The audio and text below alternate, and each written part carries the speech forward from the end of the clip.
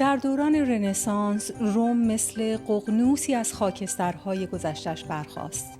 آثار باستانی شهر مثل مقبره هادریان و پانتئون که زمانی نماد شکوه امپراتوری روم بودند، دوباره به زندگی برگشتند و الهام بخش هنرمندان و معماران بزرگی مثل میکلانژ و رافائل شدند. این بناهای عظیم با زیبایی و تناسب خیره کنندشون نه تنها یادآور عظمت دوران باستان بودند، بلکه ستونهایی برای ساختن آینده‌ای سرشار از هنر و فرهنگ در رنسانس روم شدند.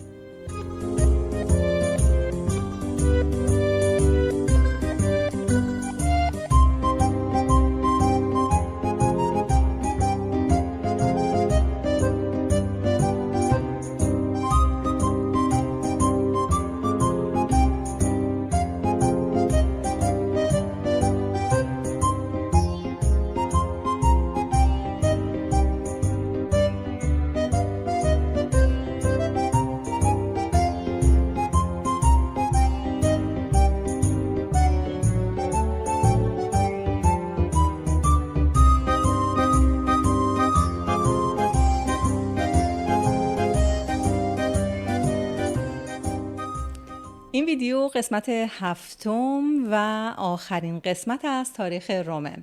حیفه که مطالب مهم و جالبی رو که در 6 قسمت قبلی گفته شده نشنوید و نبینید. اگر ویدیوهای قبلی رو ندیدید برگردید اون قسمت ها رو ببینید و بعد بیایید اینجا. من همینجا هستم و منتظرتونم. یه چیز دیگه هم بگم که این قسمت احتمالاً از قسمت های قبلی طولانی تر میشه. برای همین و برای اینکه شماها خسته نشید سعی میکنم توی ادیت عکس ها و ویدیوهایی از آثار تاریخی روم بگذارم که با دیدن این زیبایی ها خسته نشید و شنیدن تاریخ براتون بیشتر لذت بخش بشه. اگر کانال رو هنوز سابسکرایب نکردید الان فرصت خوبیه، همراه با لایک و کامنت و زنگوله و همه این چیزا هم اگر که باشه که دیگه دوبله عالی میشه. خب آنونسمنت بسته دیگه. کجای داستان بودیم؟ اینجا بودیم که یواش یواش چهره روم با آغاز رنسانس داره عوض میشه، ولی این سوال پیش میاد که واقعاً چه عاملی باعث شد این همه تغییر در نگرش پاپ ها که به نوعی حکمران روم بودند ایجاد بشه؟ چی شد که توجه مردم دوباره به شکوه روم باستان جلب شد و مهمتر از همه هزینه‌های سنگین این ساخت و سازها از کجا تامین شد و چی شد که شهر روم نه تنها از نظر مذهبی بلکه از نظر تاریخی اینقدر مورد نظر توریست هاست؟ بریم ببینیم چی شد که همچی شد. اواخر قرن 13 جنگ‌های صلیبی تمام شد. جنگ‌هایی که باعث تثبیت قدرت پاپ‌ها به عنوان رهبران معنوی مسیحیت و نقش و نفوذ سیاسی اونها نه تنها در روم بلکه در سرتاسر اروپا شد. جنگ‌هایی که علاوه بر هزینه‌های جانی چند میلیونی، هزینه‌های مالی سنگینی رو هم به مردم سرتاسر اروپا تحمیل کرد و کمر مردم رو زیر بار مالیات‌های سنگین خم کرد. پایان جنگ‌های صلیبی باعث شد که توجه پاپ‌ها از جنگ‌های خارجی به مسائل داخلی و فرهنگی اروپا به ویژه در روم معطوف بشه و شهر تبدیل بشه به یکی از مراکز اصلی هنری و فرهنگی رنسانس. در نیمه قرن 15 با سقوط امپراتوری بیزانس و فتح قسطنطنیه توسط عثمانی‌ها تغییرات سیاسی و فرهنگی زیادی چه در شرق و چه در غرب اروپا به وجود اومد که روم و کلیسای کاتولیک هم بی‌نصیب از این تغییرات نموندند. بسیاری از دانشمندان و هنرمندان و فیلسوفان بیزانس بعد از حمله عثمانی‌ها مجبور به مهاجرت به روم و دیگر شهرهای ایتالیا شدند. اونها دستاوردهای فکری و فرهنگی بیزانس به ویژه آثار کلاسیک یونانی و رومی رو که در بیزانس حفظ شده بود به همراه خودشون به روم آوردند.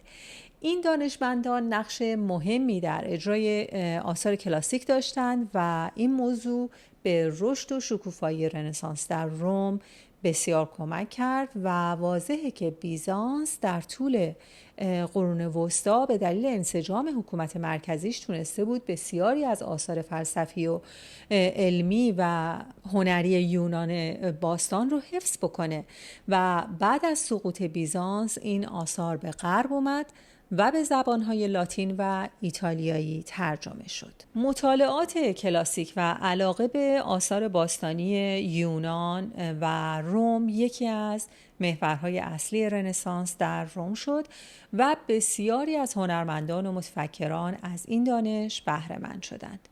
در قرن 13 دانته به عنوان یکی از پیشگامان رنسانس در ادبیات با اثر مشهورش کمدی الهی دانته نقش کلیدی در احیای زبان ایتالیایی داشت. دانته برخلاف نویسندگان زمان خودش که به لاتین می نوشتن تصمیم گرفت اثرش رو به زبان ایتالیایی بنویسه. این تصمیم نه تنها به رواج زبان محلی کمک کرد بلکه ادبیات رو به دسترس مردم عادی رسوند. رنسانس از شهر فلورانس در ایتالیا آغاز شد. این دوره از قرن 14 میلادی شروع شد و در قرن 16 به اوج خودش رسید. یک خانواده ثروتمندی در فلورانس بود به اسم مدیچی که علاقه زیادی به هنر داشتند و خیلی هم از هنرمندان حمایت مالی می‌کردند. به همین دلیل بود که فلورانس تبدیل شد به مرکز فرهنگی و هنری. این شهر به عنوان مهد رنسانس شناخته میشه، شهر فلورانس، و شخصیت‌هایی مثل لئوناردو داوینچی و میکلانژ نقش بسیار مهمی در توسعه هنر و علوم در این دوره ایفا کردند. این 250-300 سال دوران رنسانس بیشتر روی نخبگان و هنرمندان اثرگذار بود، اما تأثیرات اون در مردم کوچه و بازار هم داشت محسوس می شد. تغییرات در آموزش، هنر، سوادآموزی و ساختار اجتماعی به مردم عادی کمک کرد تا بهتر زندگی بکنن و جامعه‌ای با ارزش‌های جدید بسازند. همچنین رنسانس با تغییر در شیوه‌های تفکر و دیدگاه‌های علمی به مردم فرصت داد تا از باورهای قدیمیشون فاصله بگیرند و با دنیای مدرن‌تر و منطقی‌تر آشنا بشند. در نیمه قرن 15 گوتنبرگ در آلمان دستگاه چاپ با حروف فلزی رو اختراع کرد و این صنعت در سرتاسر اروپا رواج پیدا کرد و انقلابی در فرهنگ و دانش و گسترش ایده های فلسفی و علمی اتفاق افتاد. چاپ باعث شد که کتاب‌ها ارزان‌تر و در دسترس تر بشند. با این افزایش دسترسی تعداد بیشتری از مردم به ویژه در طبقات متوسط جامعه به مطالعه و سوادآموزی گرایش پیدا کردند و دور از ذهن نیست که این رشد سوادآموزی در بین مردم چقدر به تقویت ارزش‌های علمی و فکری رنسانس کمک کرد. صنعت چاپ به تقویت جایگاه روم به عنوان یکی از مراکز اصلی دانش و علم کمک ویژه‌ای کرد، چرا که این شهر به یکی از قطب‌های چاپ کتاب‌های دینی و کلاسیک تبدیل شد. علاوه بر این، پاپ‌ها در دوران رنسانس به دنبال بازگرداندن شکوه و عظمت روم اما با رویکرد دینی و معنوی مسیحیت بودند. اونها هنرمندان برجسته‌ای مثل میکلانژ، رافائل و برمانته رو برای ساختن آثار با شکوه به کار گرفتند. هدف اونها از حمایت از هنر نه تنها زیباسازی شهر بلکه ایجاد آثار جاودانه‌ای بود که قدرت و عظمت پاپ‌ها رو نشون بده. پاپ‌های حاکم تا نیمه اول قرن 16 از نیکولاس پنجم که بنیانگذار کتابخانه واتیکان بود تا پیوس دوم که انسانگرا بود و دانشمند بود از سیکستوس چهارم که پاپ جنگجو بود تا الکساندر ششم که پاپ بی اخلاق بود، از جولیوس دوم که حامی هنر بود تا لئو دهم که نام اون رو به این دوره دادند، این قرن به قرن لئو دهم معروف هست. همه تمام هم خودشون رو گذاشتند برای بزرگی و زیبایی شهر روم و تا اونجایی که تونستن روم رو به هنر مزین فرمودن و اینطوری شد که مرکز رنسانس ایتالیایی از فلورانس به روم منتقل شد. آثار باشکوهی مثل کلیسای جدید سن پیتر، کلیسای سیستین یا همون سیستین چپل یا نمازخانه سیستین و یا پل پونت سیستو، پلی که روی اولین پلی که رومیان باستان روی رودخانه تایبر زده بودند، این آثار بسیار زیبا خلق شدند و پاپ ها همطور که گفتم بهترین هنرمندان اون دوران رو به کار گرفتن تا اینکه شهر رو زیبا بکنند و آثار جاودانه‌ای برای دین و مذهب به وجود بیارند. حالا سعی میکنم هر کدوم از این آثار رو در ویدیوهای جدا جدا با هم دیگه ببینیم و مفصل راجع بهشون حرف میزنیم. این دوران همچنین به دوره فساد پاپا هم معروفه، به طوری که بسیاری از پاپا فرزندانی داشتند و آزاده ها امتیازات ویژه‌ای میگرفتند و یا اینکه پاپا مقام و مرتبه میفروختند. به این کار میگن سیمونی که از اسم سیمون مجوس گرفته شده. این هم داستان جالبی داره. میگن شخصی به اسم سیمون مجوس به 2 از شاگردان عیسی پیشنهاد پول داده بوده تا از اونها قدرت معنوی بگیره. این رشوه دادن و این کارا به اسم سیمونی معروف شده و همچنان هم در قوانین کلیسا ممنوعه. و خلاصه فساد پاپ ها و هزینه های هنگفت پروژه های ساختمانی اونها تا حدی به اصلاحات دینی منجر شد. اما در زیر سایه پاپ های تجملگرا و ثروتمند، روم به یک مرکز هنر، شعر، موسیقی، ادبیات، آموزش و فرهنگ تبدیل شد و روم تونست با دیگر شهرهای بزرگ اروپایی اون زمان از نظر ثروت، شکوه، هنر و دانش و معماری رقابت بکنه. دوران رنسانس چهره روم رو به شکل چشمگیری تغییر داد با آثاری مثل پیتا از میکلانژ و نقاشی‌های دیواری آپارتمان‌های بورجیا. اگرچه رنسانس به عنوان دوره‌ای از احیای فرهنگ و هنر باستانی روم و یونان شناخته میشه و بسیاری از آثار هنری برجسته‌ای در این دوران خلق شد، در واقعیت وندالیسم فرهنگی و تخریب آثار باستانی هم به طور گسترده‌ای در این دوره اتفاق افتاد. معماران و هنرمندان رنسانس به ویژه در روم اغلب از مصالح و سنگ‌هایی که از آثار باستانی ویران شده به دست اومده بود برای ساخت پروژه‌های جدید استفاده می‌کردند. این روند که بعضیا بهش بازیافت باستانی میگن، منجر به تخریب گسترده بسیاری از بناهای باستانی شد. پاپ ها که در دوران رنسانس نقش عمده‌ای در احیای روم و ساخت بناهای مذهبی داشتند، اغلب به تخریب بناهای باستانی دستور می‌دادند تا مصالح مورد نیاز برای پروژه‌های معماری خودشون رو تأمین بکنند.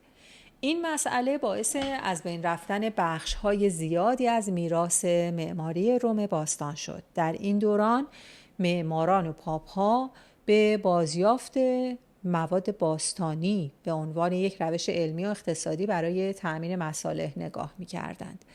اگرچه هدف‌های اونها احیای شکوه و عظمت گذشته بود، ولی در عمل بسیاری از بناهای باستانی به دلیل همین نوع بهره برداری و همین نگاه از بین رفتند.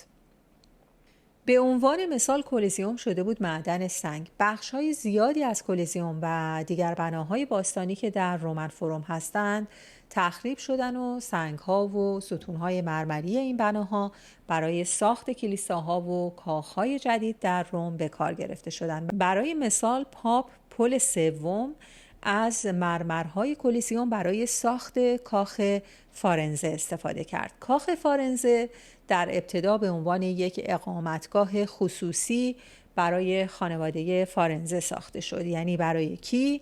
برای الساندرو فارنزه. خب ایشون کی بودن؟ ایشون خود پاپ پل سوم بودند. حالا از حق نگذریم، یکی از این پاپ ها کار بسیار مهمی کرد و از تخریب کامل کلیسیوم جلوگیری کرد. قرن 18 کلیسیوم خیلی تو وضعیت بدی بود، هم سنگاش رو برداشته بودن و همین که زلزله داغونش کرده بود.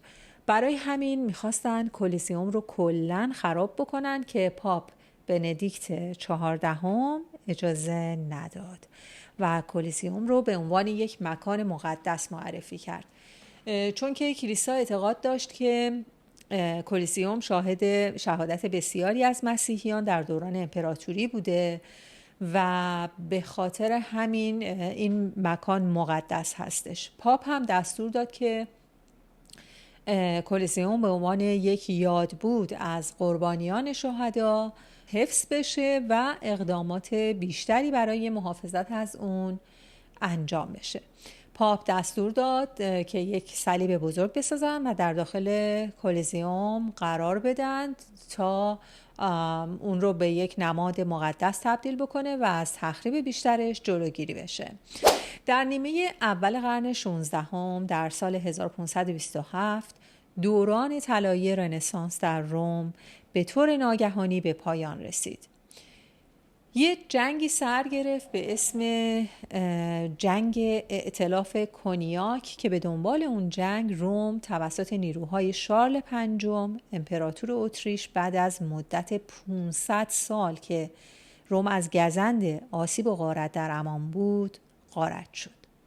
شارل پنجم از دودمان هابسبورگ بود و در اون زمان هم امپراتور مقدس روم در اتریش، آلمان و هلند بود، هم پادشاه اسپانیا بود. این جناب در شهرهای شمالی ایتالیا و روم داشت زیادی اعمال قدرت می‌کرد. برای همین جمهوری ونیز و دوک میلان و جمهوری فلورانس، یادمون باشه که ایتالیا هنوز یک کشور واحد در اون زمان نیست و بخشای مختلفی در این سرزمین به صورت خود مختار دارن اداره میشن.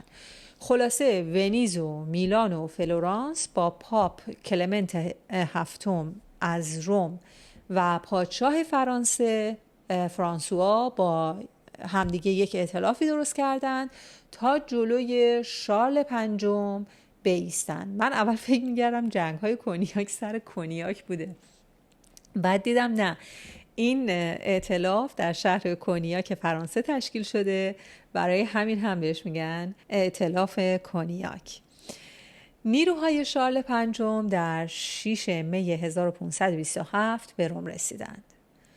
اونها بدون هیچ برنامه منظمی و یک دفعه به سمت روم حرکت کردند و شهر رو محاصره کردند و پاپ کلمنت هفتم وقتی دید نیروهای شارل پنجم دارن به روم نزدیک میشن به قلعه سنت‌انجلو رفت و اونجا پناه گرفت. نیروهای شارل پنجم با تجهیزات سنگین نظامی و بدون هیچ مقاومت جدی از جانب رومی ها موفق شدند که از دیوارهای شهر رد بشند و روم به مدت چندین روز کاملا در اختیار نیروهای شورشی بود. این نیروها هر چیزی رو که توی شهر پیدا کردن غارت کردن، از ثروت کلیساها گرفته تا خونه های مردم عادی. غارت اونقدر شدید بود که حتی خود شارل پنجم ناراحت شد، ولی چون نمیتونست پول مزدورا و پول نیروهاشو پرداخت بکنه نتونست جلوی اونها رو بگیره. پاپ کلمنت هفتم یه چند ماهی در قلعه سنت‌انجلو موند و در نهایت مجبور شد یک معاهده سختگیرانه با شارل پنجم امضا کنه که باعث تضعیف قدرت و اعتبار پاپ ها شد. اگه یادتون باشه گفتم که ابتدای قرن 15 که به دوره فساد پاپ ها هم شهرت داره منتج شد به اصلاحات دینی. به طبع کلیسا هم در برابر این اصلاحات مقاومت میکرد و در واکنش به اصلاحات پروتستانی اون زمان شورای ترنت بین سالهای 1545 تا 1563 در ترنت که امروزه در شمال ایتالیا قرار داره برگزار شد. شورای ترنت بیانیه ها و توضیحات کلیدی درباره آموزه ها و دکترین کلیسا صادر کرد، از جمله درباره کتاب مقدس، قانون کتاب مقدس، سنت مقدس، گناه اولیه، توجیه، رستگاری، مقدسات، مراسم عشای ربانی و تکریم قدیسان. همچنین این شورا بعضی از اعتقادات رو که به نظرش بدعت‌های حامیان پروتستانیسم بود محکوم کرد. نتایج عملکرد این شورا تأثیرات مهمی بر آیین‌های کلیسا و سانسور داشت و این شد که اقتدار و اعتبار کلیسا زیر سوال رفت و کم کم قدرتش کاهش پیدا کرد. بالاخره اصلاحات در روم پیروز شد. شاید خیلی جاها اصلاحات ناموفق باشه ولی در روم موفقیت آمیز بود و روم تبدیل شد به مرکز کاتولیسیسم اصلاح شده. در قرن 17 و اوایل قرن 18 پاپ ها و کاردینال ها همچنان به زیباسازی شهر با سبک باروک ادامه دادند. سبک باروک کلاً خیلی سبک تجملاتی در معماریه. در معماری باروک از فضاهای بزرگ و پر از جزئیات با گنبدها، ستونها و تزیینات زیاد استفاده میشه. کلاً جزئیات پیچیده و تزیین زیادی داره این سبک. یا مثلا تو نقاشی ها و مجسمه های باروک حرکت پویا و احساسات قوی شخصیت ها دیده میشه. باروک همچنین در موسیقی هم تاثیرگذار بود و آهنگسازانی مثل باخ و ویوالدی در این دوره فعالیت داشتند. این سبک به ایجاد حس عظمت و شکوه کمک میکرد و روم آراسته به معماری باروک هرچه با شکوه تر میشد. هنرمندان بزرگی مثل برنینی و بورومینی چهره روم رو با ساخت بناهای با شکوه و هنری از جمله کاخ باربرونی، کلیسای سان کارلو و کلیسای سانتا ماریا دگرگون کردند و البته دوران پارتی بازی و آقازاده بازی و رانت و اختلاس پاپا و عوامل کلیسا اوج گرفت. رنسانس علمی در قرن 17 به عنوان یکی از مهمترین دوره‌های تحول فکری و علمی در تاریخ بشریت شناخته میشه.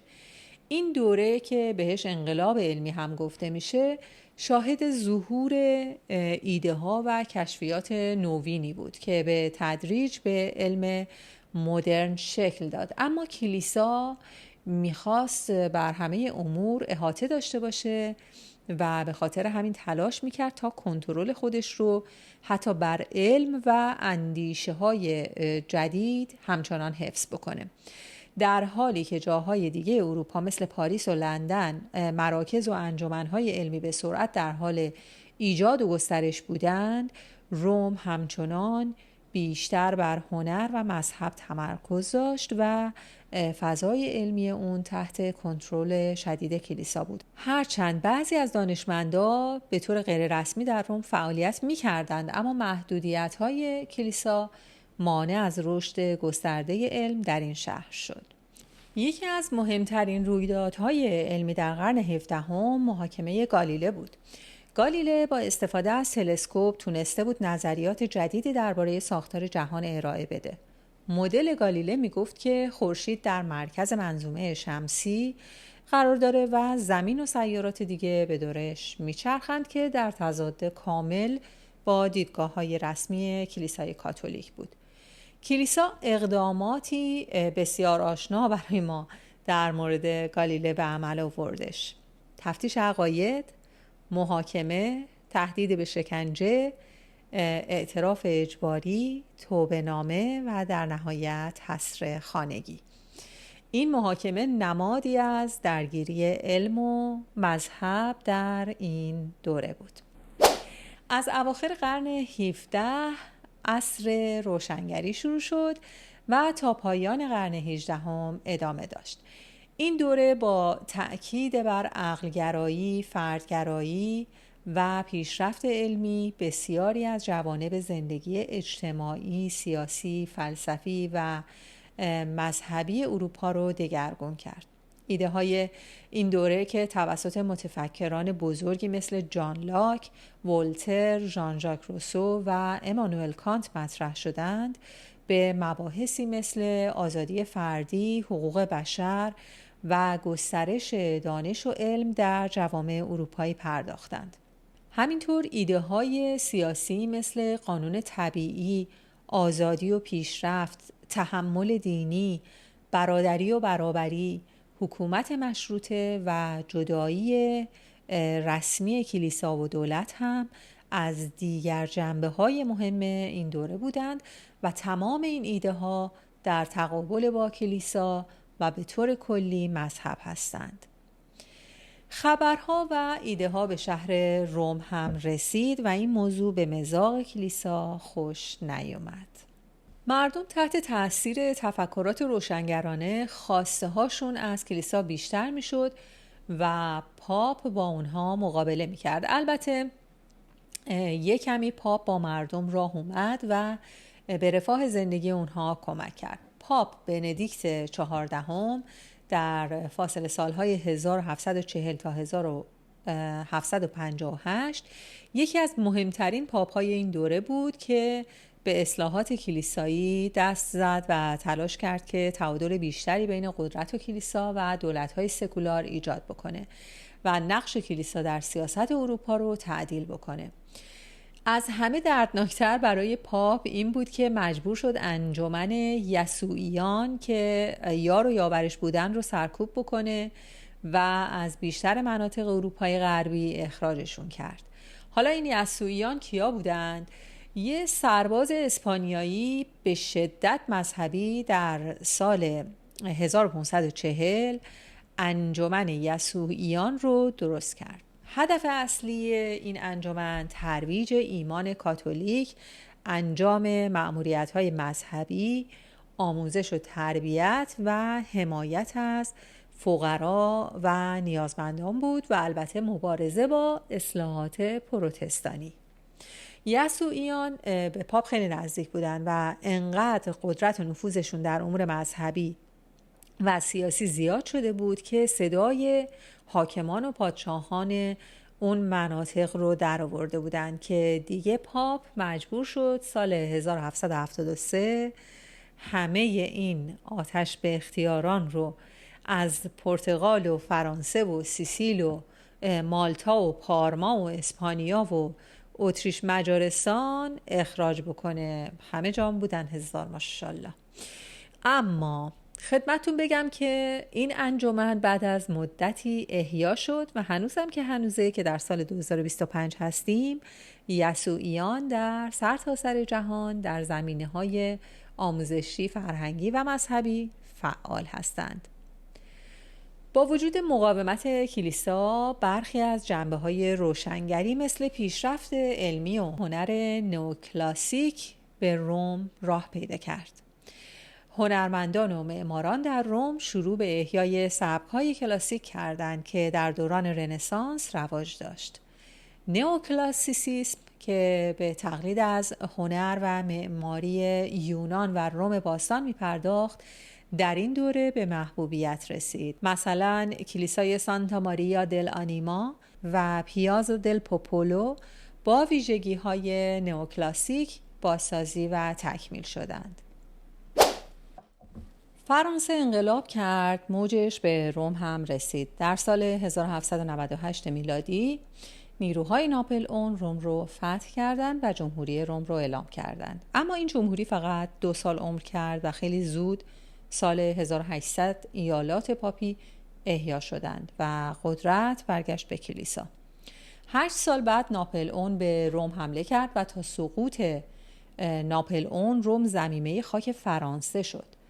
بعد از سقوط ناپلئون ایالات پاپی با تصمیم کنگره وین در سال 1814 دوباره احیا شد تا اینکه سال 1848 بهار ملت‌ها اتفاق افتاد. انقلاب‌های سال 1848 که در بعضی کشورها به عنوان بهار مردم یا بهار ملت‌ها شناخته میشند، مجموعه‌ای از انقلاب‌ها بودند که در طول بیش از 1 سال از سال 1848 تا سال 49 در سرتاسر اروپا اتفاق افتادند و این انقلاب‌ها همچنان گسترده‌ترین موج انقلابی در تاریخ اروپا محسوب میشن. این انقلاب‌ها عمدتاً ماهیتی دموکراتیک و لیبرال داشتند و هدفشون براندازی ساختارهای قدیمی سلطنتی و ایجاد دولت‌های ملی مستقل بود، همونطور که توسط ملیگرایی رمانتیک تصور شده بود. انقلاب‌ها بعد از شروع اولیه در ایتالیا در ژانویه 1848 در سراسر اروپا گسترش پیدا کردند. بیش از 50 کشور تحت تاثیر این انقلاب‌ها قرار گرفتند، اما بین انقلابیون کشورهای مختلف هماهنگی یا همکاری قابل توجهی وجود نداشت. بعضی از عوامل اصلی مؤثر شامل نارضایتی گسترده از رهبری سیاسی، درخواست‌های بیشتر برای مشارکت در دولت و دموکراسی، همچنین درخواست‌های آزادی مطبوعات، مطالبات اقتصادی طبقه کارگر، افزایش ملیگرایی و شکست محصول سیب زمینی در اروپا بود که باعث قحطی، مهاجرت و ناآرامی‌های اجتماعی شد. در سال 1849 در جریان انقلاب‌های این سال جمهوری دوم روم اعلام شد. 2 نفر از شخصیت‌های تاثیرگذار در وحدت ایتالیا، جوزپه مازینی و جوزپه گاریبالدی، برای این جمهوری کوتاه مدت که فقط 5 ماه بود مبارزه کردند. جمهوری دوم روم به دلیل مداخله نظامی قدرت‌های خارجی به ویژه فرانسه مدت کوتاهی دوام آورد و باز دوباره تبدیل شد به ایالات پاپی. ماجرا اینجوری بود که بعد از اعلام جمهوری دوم روم و سرنگونی پاپ پیوس نهم، اون برای بازپسگیری قدرت خودش از ناپلئون سوم امپراتور فرانسه درخواست کمک کرد. کلیسای کاتولیک از ناپلئون سوم حمایت میکرد و اونم میخواست که قدرت پاپ حفظ بشه. خلاصه نیروهای فرانسوی به روم فرستاده شدند و این نیروها در ژوئیه 1849 وارد روم شدند و جمهوری دوم روم رو سرنگون کردند و پاپ رو به قدرت برگردوندند. پاپ پیوس نهم بعد از بازگشت به روم حکومت پاپی رو دوباره برقرار کرد و کنترل بر ایالات پاپی رو حفظ کرد. همزمان با این اتفاقی که در روم تعریف کردم، با این مجموعه اتفاقات، یک سری رویداد بسیار مهم هم در جریانه و اون هم رستاخیز ایتالیا یا وحدت ایتالیاست. قصه از وین شروع شد سال 1815. بعد از شکست ناپلئون و پایان جنگ‌های ناپلئونی، کنگره وین برگزار شد تا نقشه سیاسی اروپا رو بازسازی بکنه. یکی از نتایج این کنگره تجزیه ایتالیا به چندین ایالت مستقل بود که تحت نفوذ مستقیم یا غیر مستقیم قدرت‌های خارجی مثل اتریش بودند. این تجزیه باعث نارضایتی بسیاری از مردم ایتالیا و درخواست برای اتحاد شد. پادشاهی ساردینیا به رهبری ویکتور امانوئل دوم و کامیلو دی کاوور، نخست وزیر و سیاستمدار هوشمند ساردینیا، همراه با یک فرمانده چریک جوزپه گاریبالدی، همون که توی روم برای ایجاد جمهوری مبارزه و تلاش کرده بود، نقش حیاتی در جنبش ریسورجیمنتو یا جنبش وحدت ایتالیا ایفا کردند. امانوئل دوم و وزیرش با فرانسه متحد شدند و در جنگ‌های استقلال ایتالیا در فاصله سال‌های 1859 تا 1861 اتریش رو شکست دادند و تونستند بخش‌های شمالی ایتالیا رو آزاد بکنند و اونها رو به پادشاهی ساردینیا ضمیمه کردند. گاریبالدی هم در جنوب ایتالیا جنگید و سرزمین‌های دو سیسیل که شامل سیسیل و ناپل و کالابریا و آپولیا و خلاصه این مناطق بود رو آزاد کرد و با اینکه هوادار جمهوری بود پیروزی‌های خودش رو به ویکتور امانوئل دوم تقدیم کرد که این اقدام به اتحاد شمال و جنوب ایتالیا کمک کرد و در سال 1861 ویکتور امانوئل دوم به عنوان اولین پادشاه ایتالیای متحد تاجگذاری کرد. فلورانس هم شد پایتخت. فقط مونده بود روم که دست پاپ بود. نگاه ها برای اتحاد کامل ایتالیا به روم دوخته شده بود.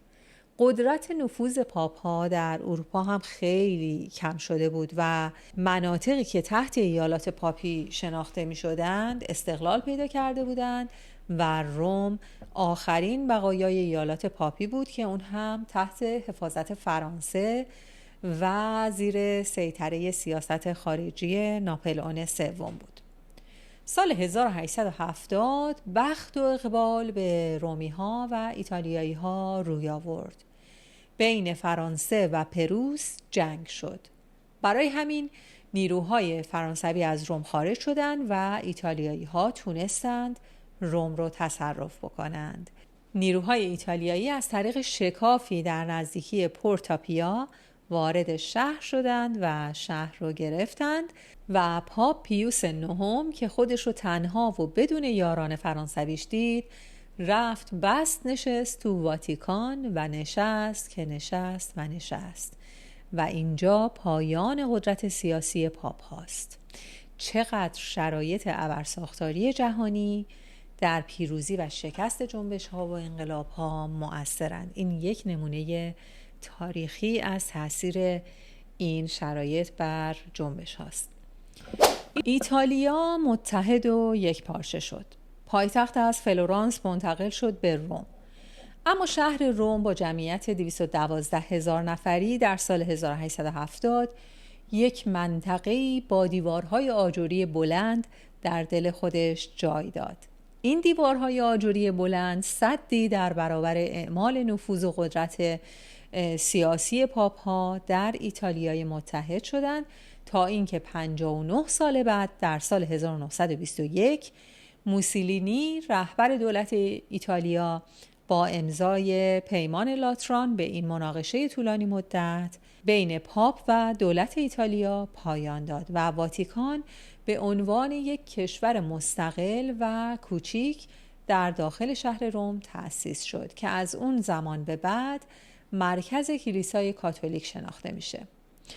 تا سال 1920 جمعیت شهر به 660,000 نفر رسید و بخش قابل توجهی از این جمعیت خارج از دیوارهای قدیمی شهر در شمال و در مناطق اطراف واتیکان زندگی می‌کردند.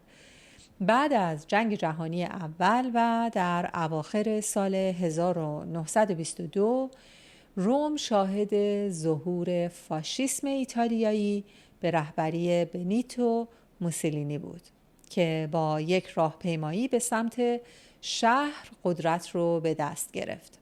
موسولینی تا سال 1926 دموکراسی رو کلاً کنار گذاشت و در نهایت امپراتوری جدید ایتالیا رو اعلام کرد و در سال 1938 با آلمان نازی متحد شد. موسولینی بخش‌های بزرگی از مرکز شهر روم رو تخریب کرد تا خیابان‌ها و میدان‌های وسیعی درست بکنه که قرار بود رژیم فاشیستی و بازگشت شکوه روم کلاسیک رو جشن بگیرند. در طول جنگ جهانی دوم به دلیل وجود گنجینه‌های هنری و حضور واتیکان روم تا حد زیادی از سرنوشت تلخ دیگر شهرهای اروپایی در امان ماند. از سال 1943 تا 1944 روم تحت اشغال نیروهای نازی قرار گرفت و در این دوران بسیاری از یهودیان روم دستگیر شدند و به اردوگاه‌های کار اجباری فرستاده شدند.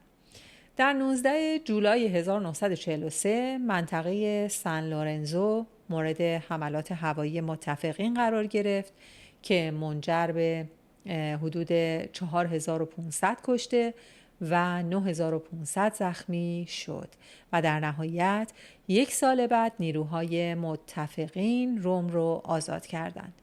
اما ببینیم عاقبت موسولینی چی شد.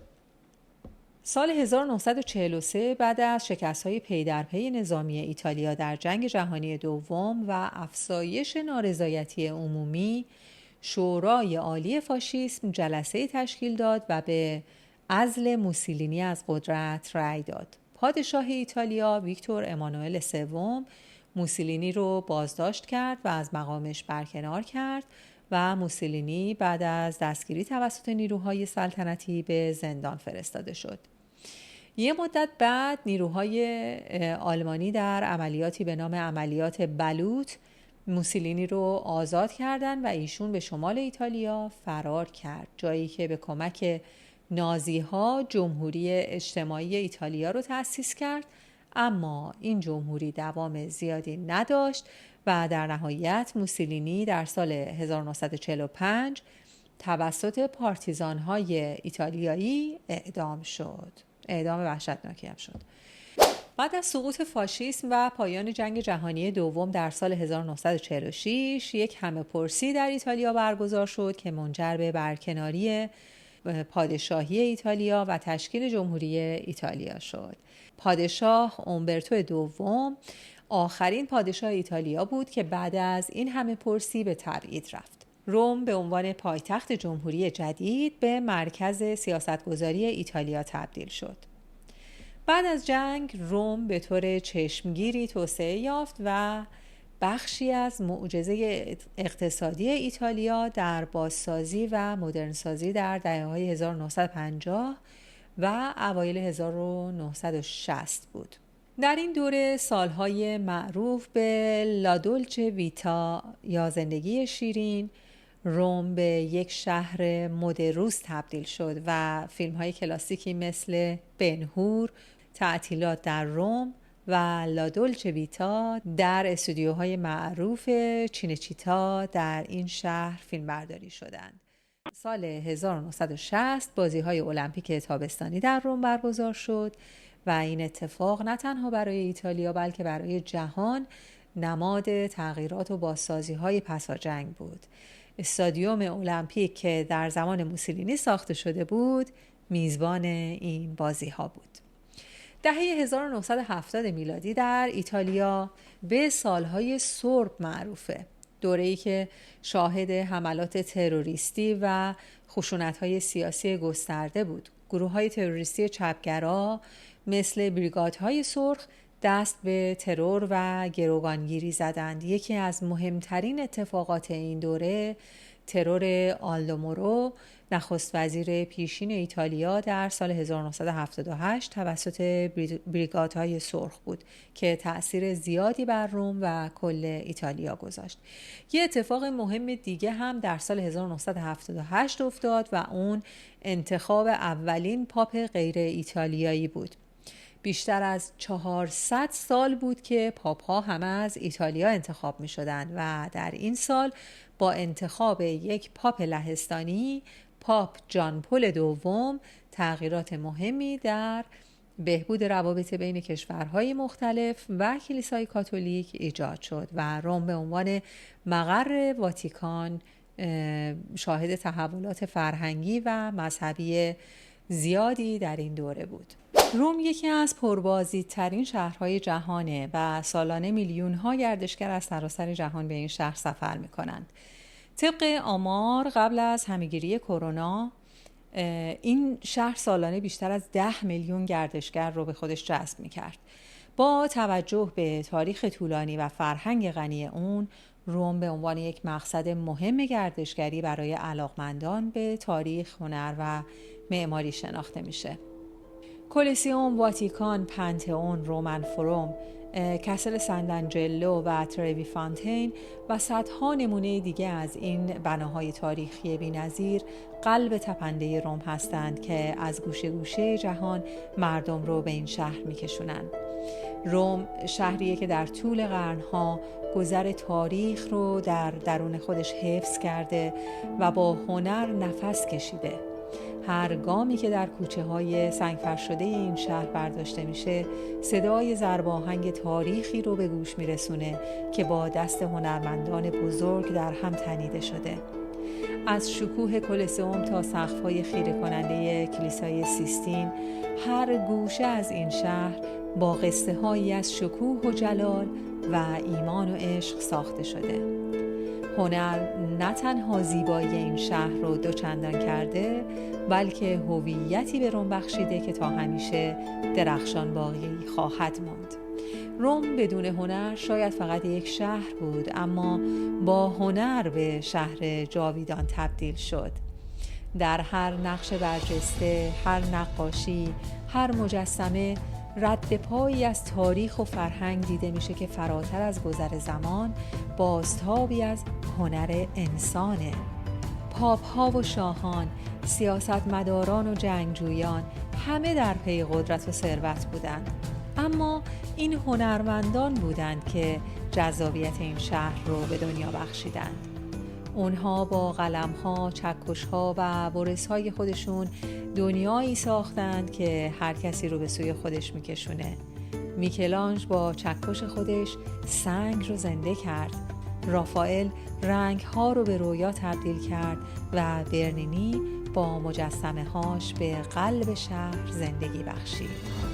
هنر تنها زینتی برای چشم‌ها نبود و این شکوه و عظمت در خدمت تقویت ایمان و اعتقاد قرار گرفت. اما اون چه امروزه مردمان دنیا رو از خدا باور و ناباور با هر مذهب و مسلک به سمت این شهر میکشونه، هنر به جا مانده از روزگارانیه که علاوه بر زیبایی مسحور کننده حتی درد و رنج مردمان زمان خودشون رو هم به تصویر میکشه.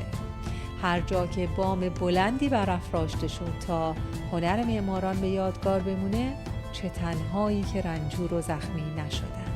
بله، هنر در روم تنها بخشی از تاریخ نیست، بلکه جانی است که در هر گوشه از این شهر جاودان تپش داره. هنر به روم هویتی بخشیده که تا همیشه درخشان خواهد ماند و داستانهاش رو برای نسل‌های بعدی روایت خواهد کرد.